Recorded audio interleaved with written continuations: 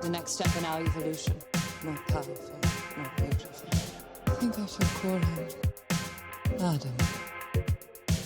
Nothing but wit to save the world. Save the world. Adam. Wit saves the world. Assemble. Adam, what BPM is this podcast? It's Memorial Day weekend. I'm ready to celebrate all our boys and crack a couple of cold ones. I'm Adam. Witte here. We're out here saving the world, cast and pod. In that order, yeah. What's your fantasy? Dun, dun, dun, dun, dun. 3 notes. My fantasy is to be Timberland. Timbaland just won't stay away from me. It's the Masterclass, man. Yeah, he knows you need it. I wonder if they have a Masterclass in pod. They probably do. I mean, you got to assume that they do. What I really mean is, do you think they're looking for instructors? Oh, I like that. We don't have enough of just like those little, like, ooh, yeah. Damn, son, where'd you find that? You could chop up me just doing that then and damn, son. Damn, son, where'd you find that? Ooh, yeah. Someone's gonna be sorry about it. If nothing else, I'm going to get picked up for my Photoshop skills. That's really what this is about. You're getting there. But yeah, we were trying to pick a movie. It being Fantasy Island. A movie adaptation of the 1977 TV show. Interesting move in general. I will say, like, the general concept appeals to me. The idea of, like, let's take this old property that's, like, maybe a somewhat dated idea for a TV show, but people have, like, nostalgic feelings towards it, and let's turn it into a weird horror movie. Yeah. Cool idea, at least. Fantasy Island. When the owner and operator of a luxurious island invites a collection of guests to live out their most elaborate fantasies in relative seclusion, chaos quickly descends. You know, I got some, I don't know if you drew this comparison, some Westworld vibes, just from the initial premise of, like, we're going to have this fantasy world where you just pay a big chunk of money and we'll make all your dreams come true. I think it may have been like IMDb trivia or something, but apparently Westworld was an influence on them writing the movie the way they did. Oh, interesting. Yeah. Yeah, because it's, I mean, that makes sense. I think it's far, far less well executed than Westworld in that premise. Yeah. Like, your business model is just come here and we're going to make your dreams come true. Like, how? What budget? The movie was directed by a guy named Jeff Wadlow. It was also co-written by this guy, but he directed Kick-Ass 2. He did that True Memoirs of an International Assassin, that Kevin James Netflix movie. Dang. I thought was kind of fun. He directed Truth or Dare, you know, being a Blumhouse movie that also didn't do critically well, but had a budget of like $3.5 million and has made almost $100 million at this point. And that's just the Blumhouse way. They do these low-budget movies, and, you know, it's really 50-50 whether it's going to be good or not great, but they usually do pretty well in the box office. You usually seem to know who's in these movies we talk about. Yeah. Who you got? Because I kind of didn't recognize... I didn't know Michael Rooker was in this movie. I like Michael Rooker a lot. Yeah. And I do enjoy Michael Pena, though I mostly know him from... Ant-Man? Yeah. Obviously, we got Maggie Q, who plays Gwen Olsen. She was in that series Nikita. It was like a CW show a while back. She was like the lead in that. And then we had Lucy Hale, which she was from that Pretty Little Liars TV series, which I never watched, but I'd heard of it, obviously. But then also I thought was kind of funny, she was in that movie Truth or Dare. Okay. There's a character named Sloane, who's played by Portia Doubleday. She was in Mr. Robot. She's got a pretty big role in the earlier seasons.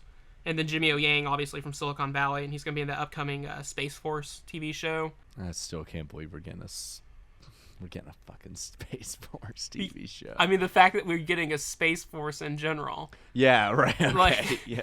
There's far better put. You know, they did the classic. The budget was only $7 million. I think opening weekend it only got like $12 million, which, you know, around this time you can't really expect a ton, but it's grossed over $47 million at this point, so the movie has done really well, even though this movie, it's critically panned and did not do well at all. Sure. This movie came out when Sonic did, and my favorite quote that I read from a review here says contains less raw terror in its entirety than Sonic the Hedgehog during any 5 minutes of its running time.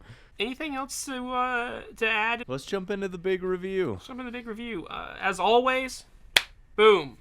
Spoiler alert. We're going to dissect this movie. We're going to really tell you what we think and what it did to us and maybe the entire world. That may be the first time that you've given the spoiler warning before we're like a third into the movie. So here's the cool thing about a work in progress. We're going to get better. Yeah. Whether we want to or not, whether we're really aiming for it to be better, it's just naturally going to get better. I'm not insulting at all. I haven't thought about spoiler warnings once. Well, that's why we're a team, you know? Yeah, Adam, that's why we're a team. Cool, Witte. Yeah, let's go ahead and jump into this summary. Powerful. Jumps in, we see a woman staying on the beach, and we get the plane. Not Z-Plane, which is more of what I wanted, knowing, a little bit about the TV show, but a little I get it. Disappointing not to get it, yeah. Yeah, it's 2020. We're more progressive. So we get a classic The Plane. Then we meet our unlikely group of heroes, our cast of characters, get off the plane and how heroic they are. Yeah. There's some nice folks on board though. Yeah, I'm a big fan of these stepbrothers characters. They're just here to have a good time. Yeah, one of them is played by Jimmy O Yang. He plays a guy named Braxton. He is with his stepbrother JD. Kind of frat bros. At least JD is, because that's a confusing one. Everyone on this plane is here because they've like won a contest or something like that. It's one of those things where they pretty openly admit like, we're gonna let you do this for free, but you gotta post on social media and that sort of thing about Tell the world about it. But Braxton, he didn't win the contest, right? He's just here with JD. Are you allowed to do that? Did they have a seat on the plane for a +1? Apparently that was because it was part of his fantasy. They do say that, like, I couldn't imagine living my fantasy without you here. Fair enough. We find out pretty quickly that this island's all about loopholes, and that just so happens to be one of them. So many loopholes. Mm-hmm. So yes, we get those two guys. We've got this kind of like military-looking dude with dog tags named Patrick. We've got a girl named Melanie, played by Lucy Hale. And then we have a woman named Gwen Olsen. And these are the people getting off the plane. A bunch of different character, like, archetypes. They are pretty heavy archetypes, right? There's like the cop. Patrick's the cop. Mm-hmm. He wants to be in the military. He just wants to be a big hero. Melanie's still hanging on to some high school stuff. She wants to beat up her bully or something like that. Yeah. Their conversation in particular at the bar is so painful. It's so unnatural. Yeah. Melanie is like hitting on Patrick really hard. Yeah, just over the top, like we should hook up like right now. Yeah, she is very committed. Maybe her more than anyone, very committed to playing like a very archetype, angsty, aggressive person for sure. Yeah, and the two brothers they're like trust fund kids. They're talking about leaving bad reviews for the island because they haven't gotten their hotel room yet, and all JD and Brax want is to party. They really like that's kind of it the whole movie. Everyone else is exploring like these deep emotional, why is this your fantasy? What's your background and the explanation deeply rooted in your soul for why you want to be a hero, Patrick. These guys just want to get fucked up. They kind of tell us their fantasies, and that's the whole reason they're here. Is they've apparently filled out like a 1-page questionnaire about what you're looking for here and what's your fantasy. Even Michael Pena, who we meet pretty soon, ends up being the Mr. Rourke, which is the name tag we saw at the start of the movie. He kind of comes in and explains that the island works in mysterious ways, that he doesn't pick the fantasies, that he kind of just works as like a caretaker, and this island is going to really work the way you need it to work. And the only rules are every person gets one fantasy, and you've got to see your fantasy to the end, which, I don't know. If I were there and they're like, okay, everyone gets their own fantasy, I'm like, oh, cool, that's pretty sick. And it's just like, but you have to wait till the end. It's like, well, why wouldn't I? But then you would start thinking like, okay, this is probably going to be, it's like you make a wish with a genie and you've got to be really careful how you say it, or like it could come back and get you. Yeah, it's very monkey's paw, right? Yeah. But and Michael Pena's he's not really hiding it, right? Like he's kind of just saying aloud like things might get a little wacky. I don't know. The movie's going to jump around a lot between these.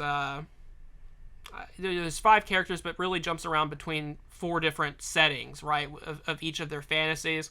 Yeah, the movie kind of like segments it at least a little bit. It's got that job where it's got to take you through each of these characters kind of start to finish. So, yeah, you kind of drag for a minute sometimes in this movie where you're looking at one person's arc and you're like, "Oh yeah, I forgot about that character. I kind of forgot he even existed." Yeah, and it does kind of a weird thing where it's like their fantasies all somewhat interlock with each other down the line. I think the first one you get is we get the brothers together. They get their party.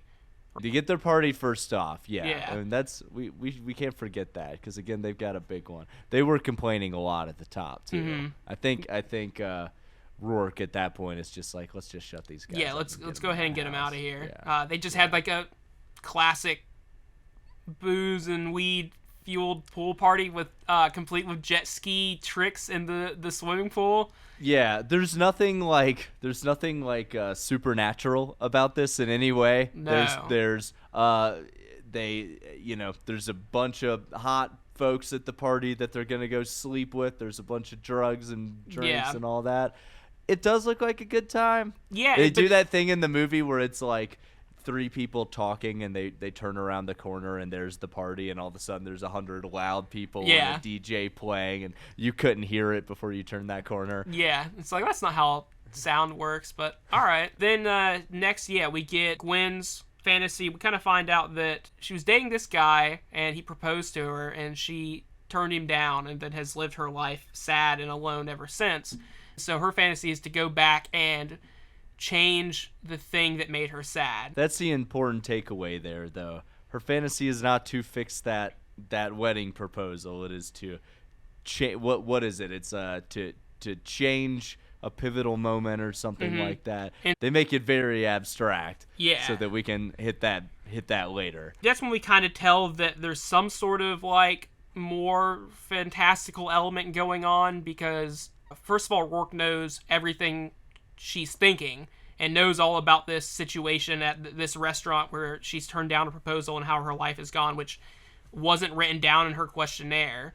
Yeah, it was just that one line or one sentence questionnaire, right? Yeah, and so they go not only is she in that restaurant, but like her boyfriend at the time is in there. He's like younger. She says he looks like the day that they were apparently there. Like 6 years had passed since then, but it's the exact same moment. So she's convinced that they're all actors and everything, but you realize that she has gone back in time in a somehow weird, fantastical way. Yeah, they never quite answer that question of like how that's generated or where that's from, but she is somehow there. They've been able to recreate it. She's asking him to drop the act. He won't drop it.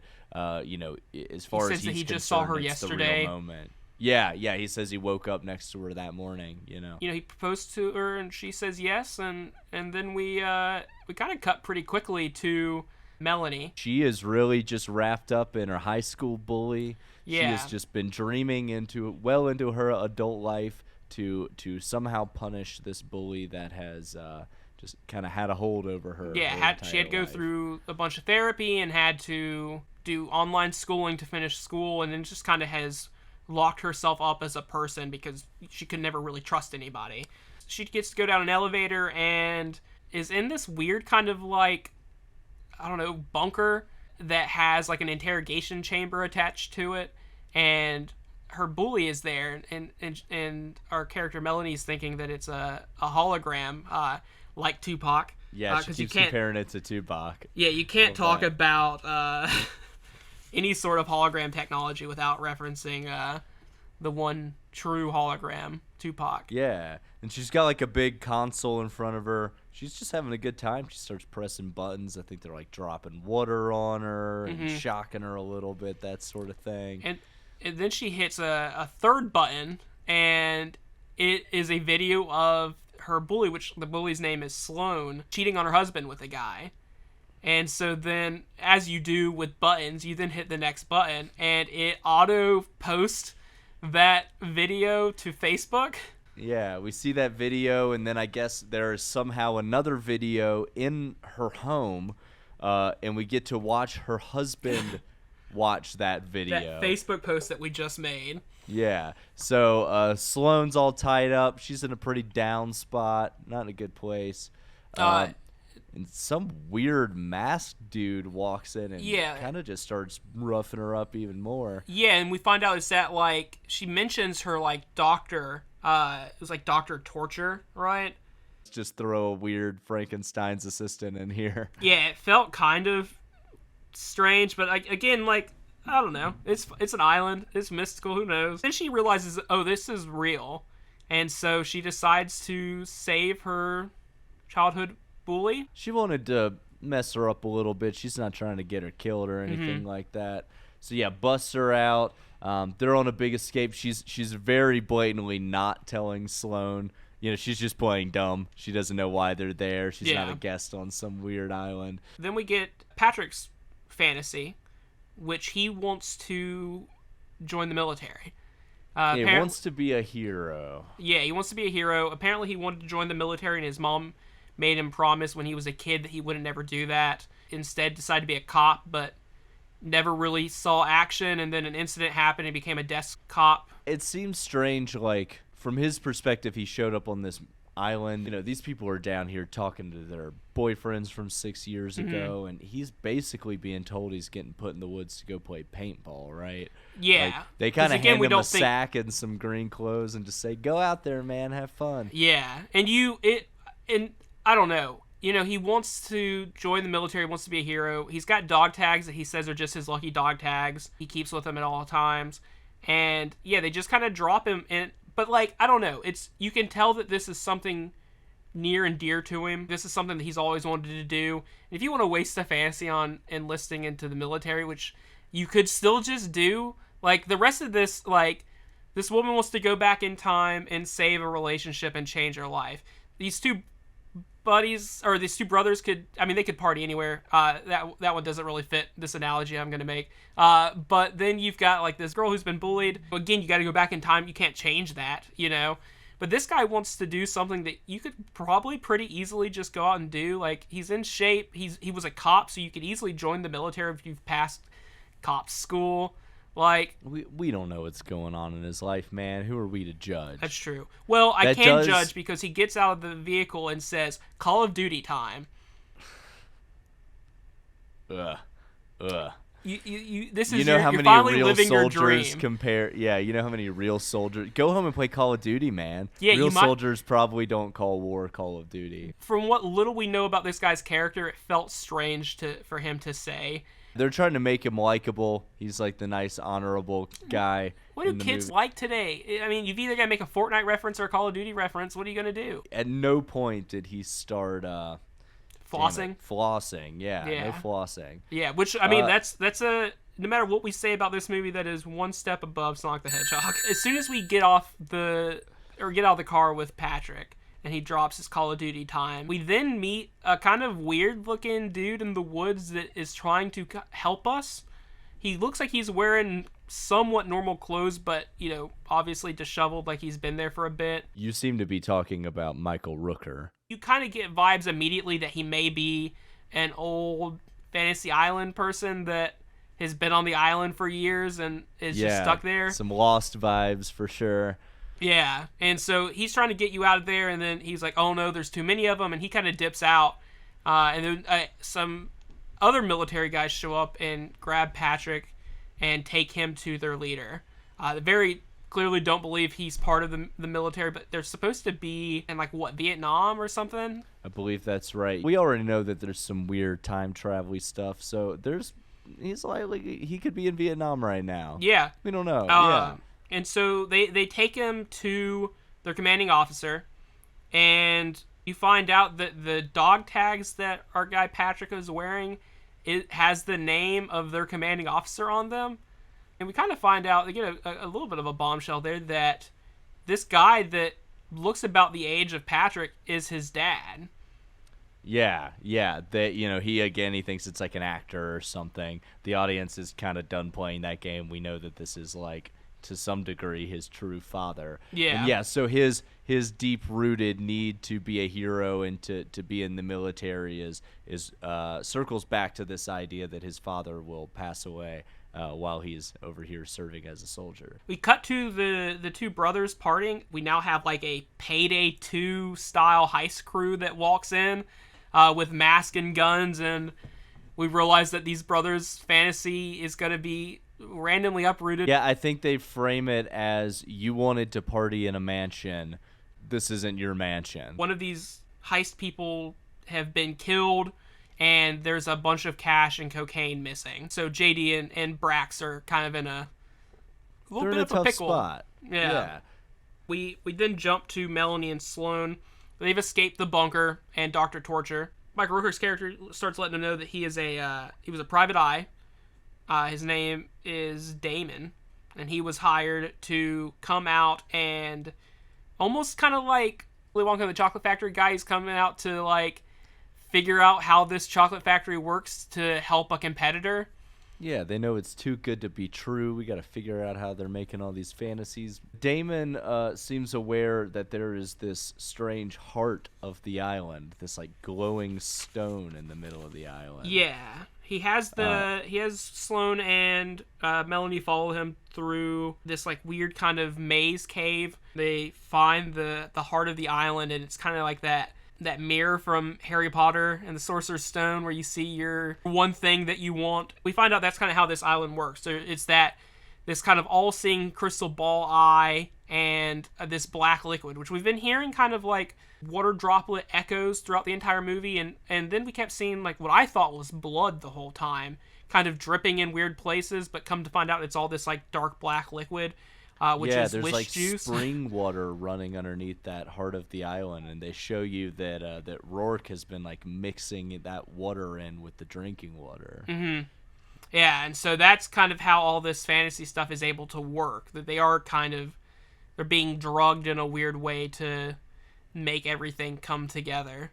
That felt just weirdly unnecessary to me. Like we're already on this weird island where like we're deciding not time travel, but the illusion of time travel is somewhat possible. Yeah. Do they need to drink this water? Can't just being on the island be enough? Yeah, it seems like I would imagine what happened is they put this out there and they had test audiences watch it, and the people were like, well, why is it doing that? Why are these people being able to do these things, you know? And so they're like, oh, well, we probably need some sort of liquid that people could drink that gives them wish juice. I don't know. The idea of trying to mix like a drug into the mix that like allows these hallucinations to happen or something like actually kind of like muddied the water for me a little bit. Yeah. I just thought that this island was a magical place where magical things could happen. Well, now that we know that there's some sneaky things happening in the background, they kind of start to show you all of these fantasies starting to unravel a bit more. So Olsen, she said yes to her boyfriend, so they're now married.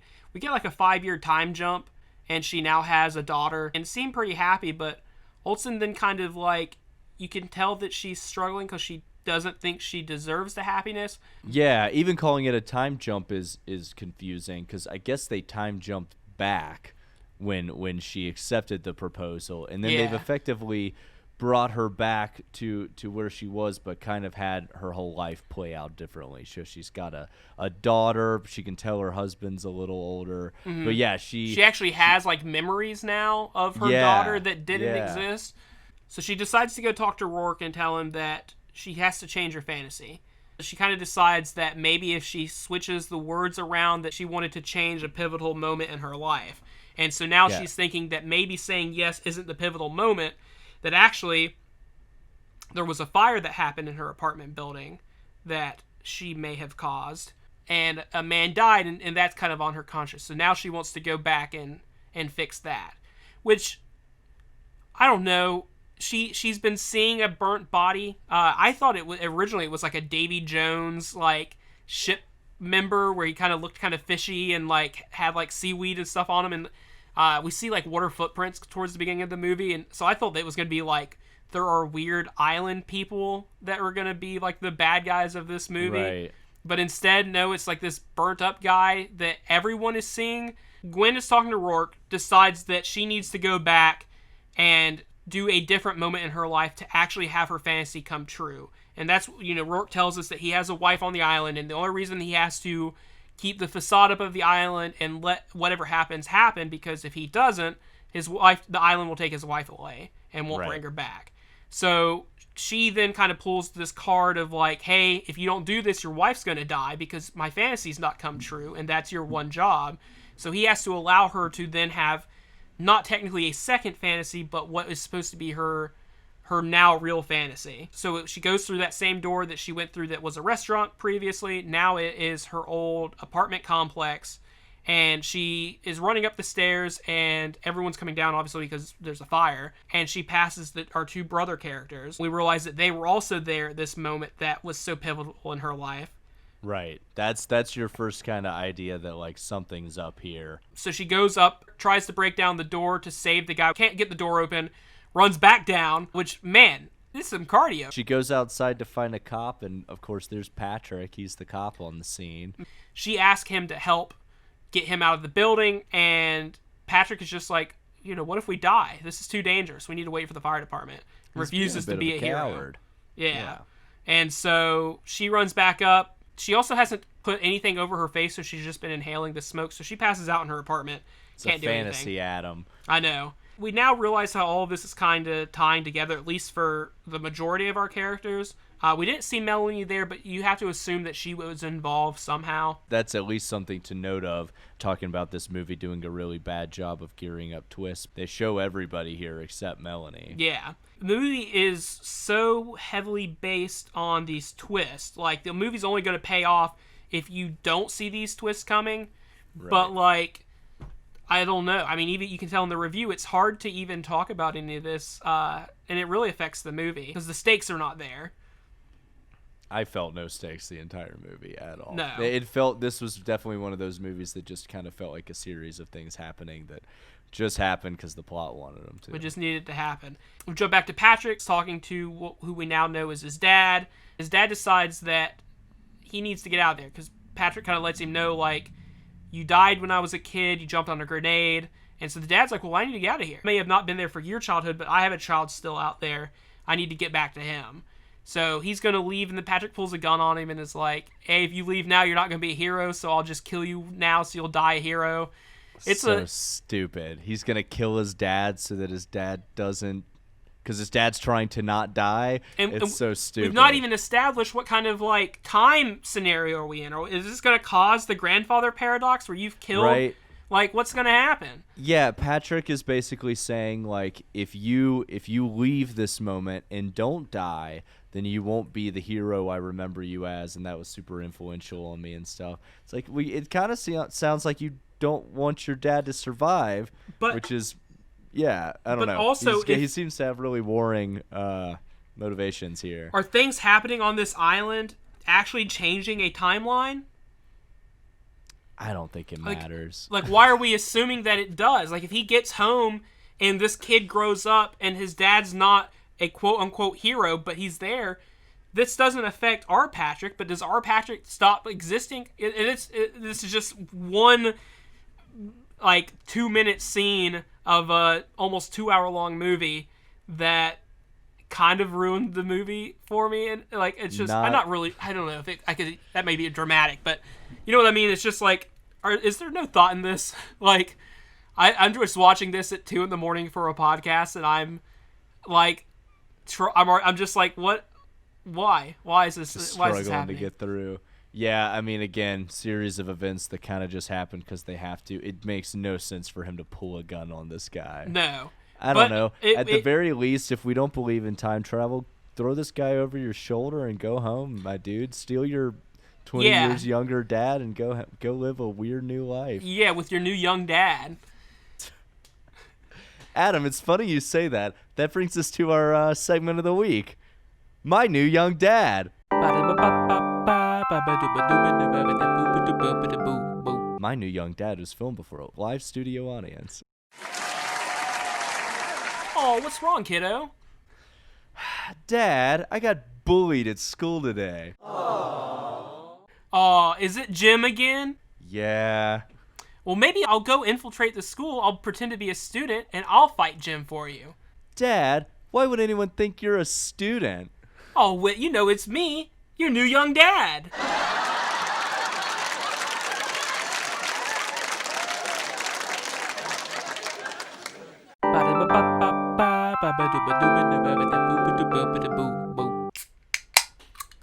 I guess it's enough to get him to come back. They're going to save their men. Everyone's back on the same page.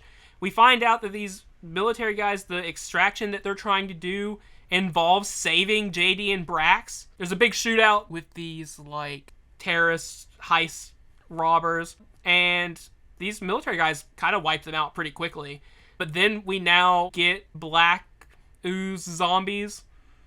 Yeah, they kill him and they come instantly back. They come with those like black webs over their face because, you know, they're evil now, but also mystical. Julia ends up coming and saving Gwen from the apartment fire, even though she's not supposed to intervene. There's a weird kind of friendship that's happened here that no one asked for. Yeah, it just kind of happened. But all of our characters end up together, and we kind of realize that maybe this isn't our fantasies, that maybe we're all living in someone else's fantasy, because Gwen tells them, like, we all were at this one apartment building and we're involved somehow. And there's Melanie clearly some bigger scheme going on here for sure. Even Melanie kind of lets us know that the guy that died, who we also see her at the very beginning, we didn't really talk about it. When she's unpacking her bag, she's got a picture frame of this dude, and also, like, who travels with a picture frame? Like, it's current year. The entire frame? Put it on your phone. She has it on her phone, because for the rest of we get that one scene when she's unpacking her bag where she looks at the photo, but the rest of the movie she just looks at the same exact photo on her phone, because it's her lock screen. It's just excessive. You got to pack light when you're getting on those little tiny planes. I guess it's your fantasy, but if it's your fantasy, the photo's already there, dummy. She went like, on one date with the guy and was supposed to meet up with him again, and went to the restaurant or whatever, and he never showed up, and so she got really sad and spiraled, but then the next day heard about the fire. Yeah. So he the boyfriend, is the guy that the Gwen was unable to save. It's this guy named Nick. JD ends up getting killed by one of these zombie dudes. Now that the gang knows that there's this, like, revenge fantasy going on, and they think that maybe Julia is Nick's mom, and Melanie says that Julia and Nick have the same color eyes, which is also, like, a weird thing. We decide that we need to go back to the center of the island. We're going to take this grenade and now use it to blow up the center of the island and save everybody. Because if you stop the fantasies from happening, no one can die. You're going to blow up that rock from the Harry Potter movie. Yeah, the, like, weird mirror rock glass thing. We find out pretty quickly that Melanie is actually, big surprise, the person looking for revenge. Apparently, after being bullied and she thought she'd never find love, that she's now upset that her one true love was killed and these people never saved him. Yeah, we get a big info dump here. I think this is the last of all the twists. Maybe, probably not. Yeah, Melanie went on like one date with this guy and decided she, I guess, has been so bullied and rejected her whole life that losing what she believed to be her one date true love, her one drove chance her off at the love, edge. Yeah. We also get Rourke. Rourke shows up, and you kind of see Rourke's reflection in the stone, and that's when you get confirmation that you find out that him and Julia, Julia, who the people on the island, not the audience of the movie by any stretch, believed to be the threat here is actually Rourke's deceased wife, who keeps returning to life every day. Yeah, and that's the big problem again with the movie. This movie is so built up on twist, and like, if you go into the movie not drunk or half asleep and you're paying attention, like, none of these twists are actually gonna feel like twists. So like, you're gonna see it coming. One of the plot points very much needs the audience to not think that Rourke and Julia are married, and you're like, oh no, that's definitely her. Like, you haven't seen his wife on the island, but you know he's there with his wife on the island. This is the only other character in the movie. That's the giveaway. She's the only other character in the movie. Yeah. Do like the idea though that Rourke is he's kind of a victim like the rest of us here. Yeah. He's a tool being used by this weird rock on an island. He's kind of a prisoner on the island. If he wants his wife to be alive, then the only reason his wife is dead is because Rourke has been looking for this island, and through all their searching and the long journey to the island, his wife died in transit. So he feels guilty for her death.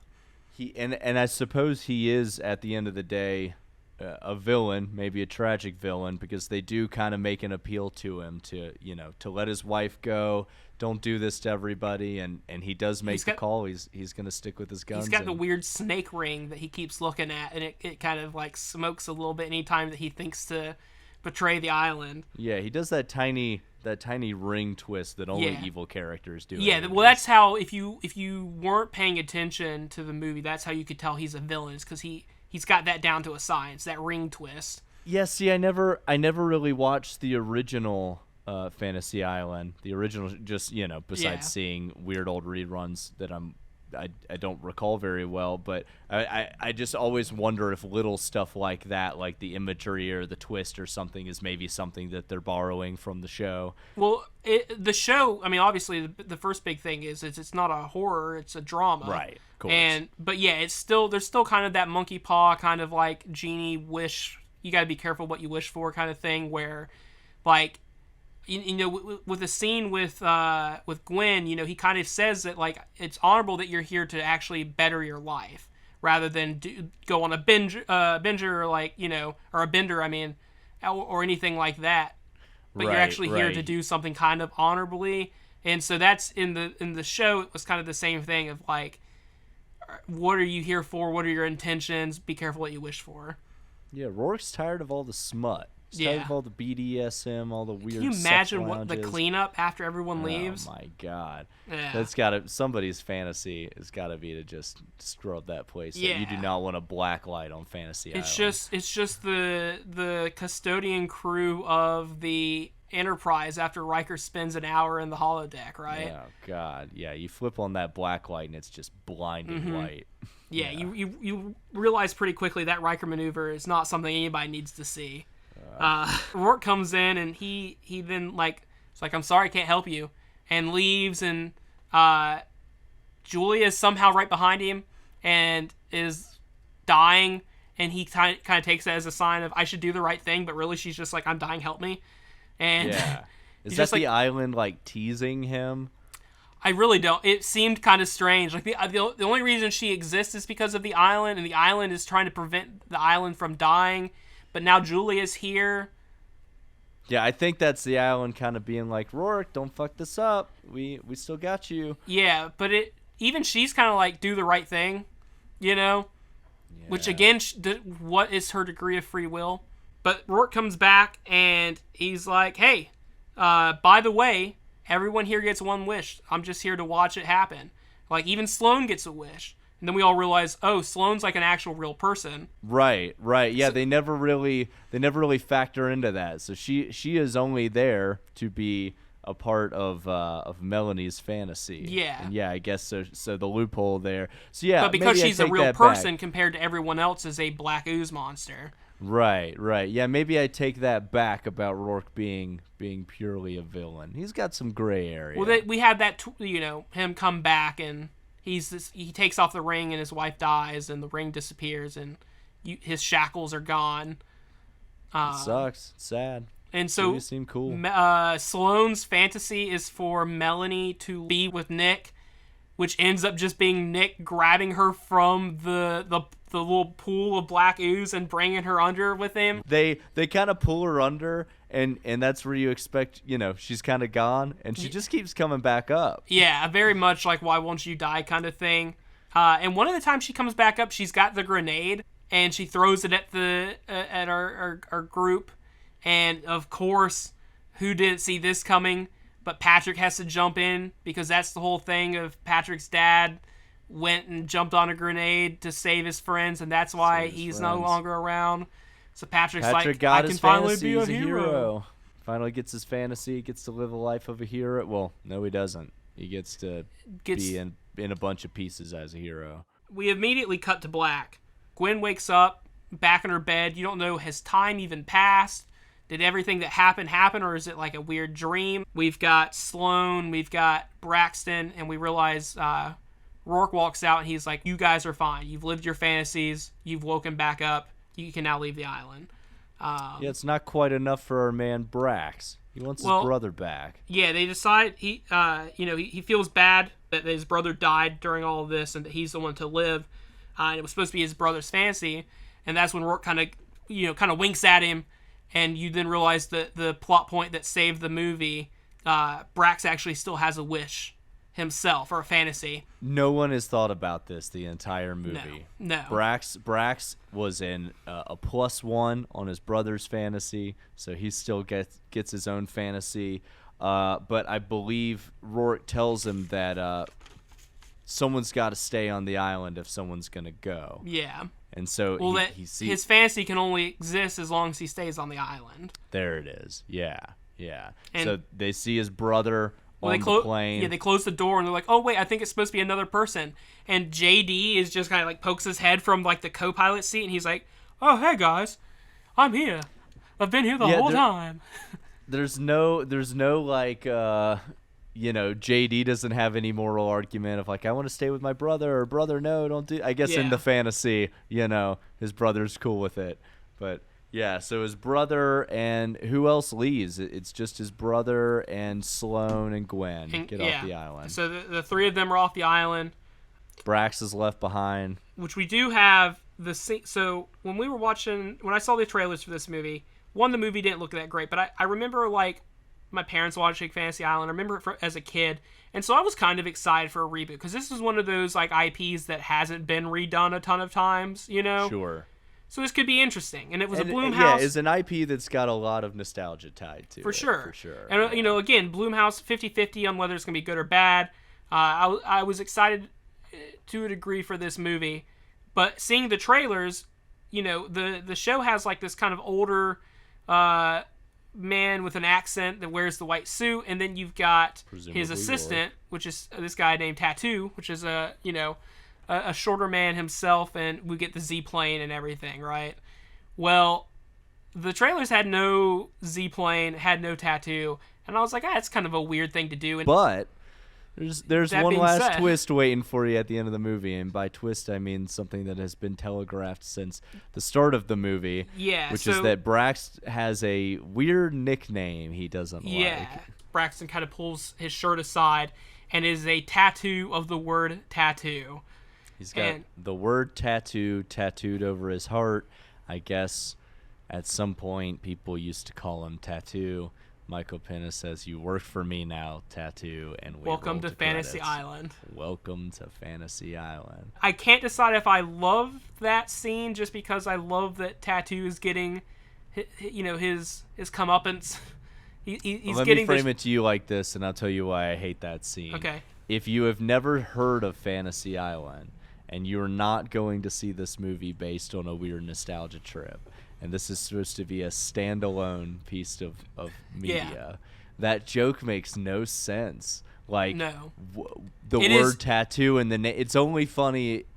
It's not funny. It could only be funny if you were aware of the character of Tattoo who existed previously. It feels like it should have been a weird Easter egg earlier in the movie. Well, I guess if you give that hint earlier, though, you're telegraphing that he's going to stay on the island. And so again, the movie is built on these twists that if you see them coming, the movie just pops. This movie is built on bubbles, and if you pop these bubbles too soon, the movie's just going to fall.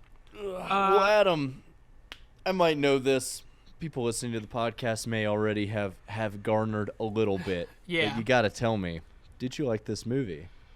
It's tough. I don't know if I was necessarily ever bored at any point during the movie, but I think that's the only good thing I could say about it. It's not a good movie. It's messy. It's muddled. It's got pacing issues for sure. They try to give you these twists again, but that don't... I mean, like, it's not necessarily they don't pay off, but, like, it's hard to pay off if they're not technically twists. I wouldn't necessarily recommend this to other people, but I also wouldn't say don't watch this movie. Like, if you've got nothing to do and especially during quarantine times. Like, it's a movie that you could toss on and watch and then not think about it ever again. I'm with you. Yeah, as much as I've kind of derided this movie on this cast, like I don't know that I would say I hated it. Yeah. Like it was a mixed bag, I guess, and there was some. It was never really funny, but I watched it. I didn't fall asleep. You know. So we're at the end of the episode. We're wrapping up here. Wrapping up. You have any final words? Any housekeeping? Talked a lot about fantasies. What's your fantasy, man? I'm glad you asked. What about putting my name as the first name on the podcast? No, I don't think so, man. The next step in our evolution. More powerful, more beautiful. I think I should call him Adam. Nothing but wit to save the world. Save the world. Adam. Wit save the world. Assemble. What's your fantasy?